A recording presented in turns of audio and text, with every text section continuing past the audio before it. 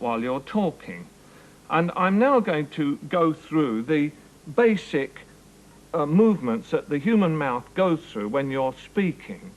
It's something like this. It's A, E, I, O, U, M, and B like this, and P like this, L like this, F like this,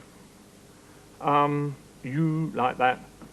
I think that's about the... Oh, and all the rest that I haven't covered are like this. Right? Now, I'm going to animate how are you. Right, piece of paper. Here we are. Right, let's see all the heads there. Now, the first mouth is like that. Open, how, H. How, so it goes to a open O mouth. How, it comes down to a U mouth like that. How. Ah is simply straight open like this, teeth top and bottom. How are, that's just one word, phonetically speaking. How are you? So the Y mouth like that, and then coming to a mouth like that. How are you?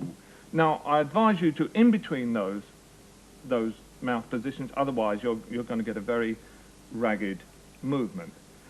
Now, remember that no two people speak the same way, and I'd just like to use three celebrated examples to demonstrate that point. Edward Heath, Harold Wilson, and Malcolm Muggeridge. Now, Edward Heath talks, holds his body very rigid, and he talks as if he's got a hot potato in his mouth. It's all like that, you see. And Harold Wilson talks as if he's got an invisible pipe still in his mouth. A bit like that, you know. And Malcolm Muggeridge talks very clearly and very distinctly, uses his hands a lot, and almost as if he's in pain, you know, but he's speaking very clearly like that. So watch other people speak and look at yourself in the mirror, and you'll soon get the hang of lip sync. Well, enough of lip sync, and let's get on to sound effects. Now, a lot can be done with sound effects, and not necessarily the right sound effect.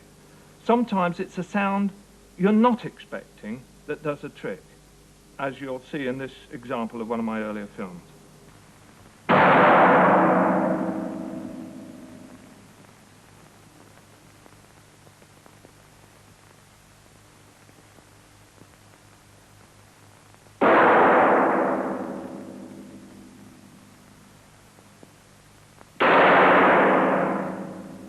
Where do we get all these effects from?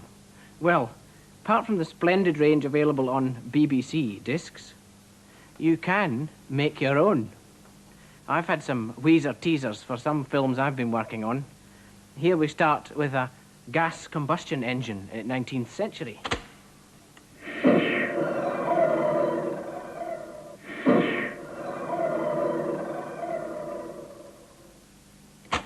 That one's a and part of a two-stroke lawnmower at home, and scraping the bass strings of a piano with a coin. Next.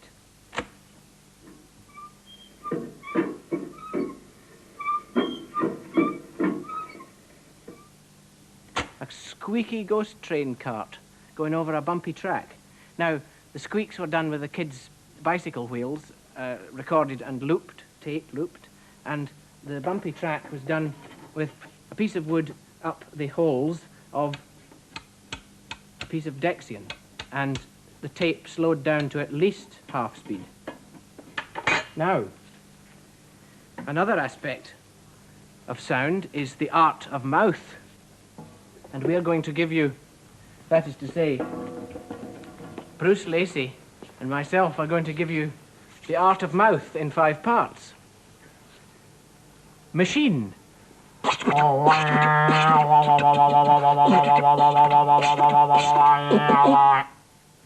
Jazzy.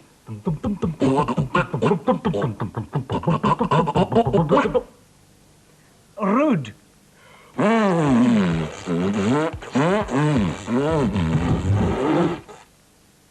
Wind.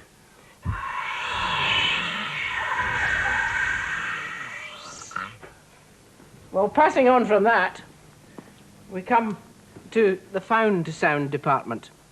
This is where we can become aware of the scrapiness, percussiveness, slidiness, etc. of materials commonly found about the home. The first I have is a banjo drum found in an attic, and rice, and doing this regularly, shaking regularly, may give the impression of rain, but it would be better to do it over with another overlay of tape. Now, another thing would be doing this. Played backwards on tape will give the sound of C over shingle. Now, rhythmic effects.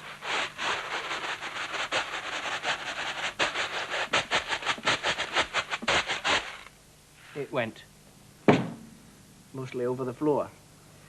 Now, here is a shoebox, and here is a contact mic, and there is the sensitivity of this box, only picking up off the surface. Now, take a bread knife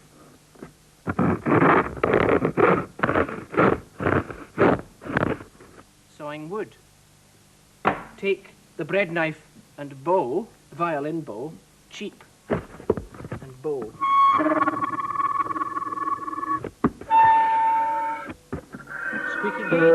Squeaky gate again.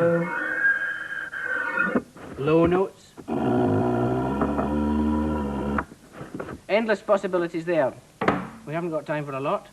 Next, a drink mixer used to stir one's nightly cup of whatever. Now this is great for motor sounds. Tree felling excitements. The motor of this 1.5 volt battery will interfere with this.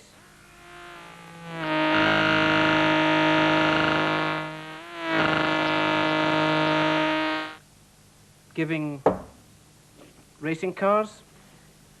We pass on now to the simple use of tape recorder in the home. Now the tape, magnetic tape, could be said to be the modern man's manuscript paper. I write on it frequently. Here is the process of editing.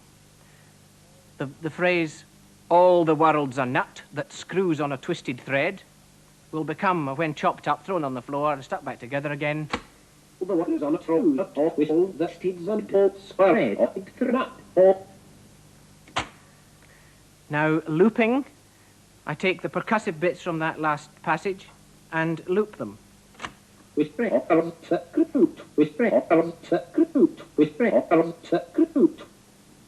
That may take, actually, all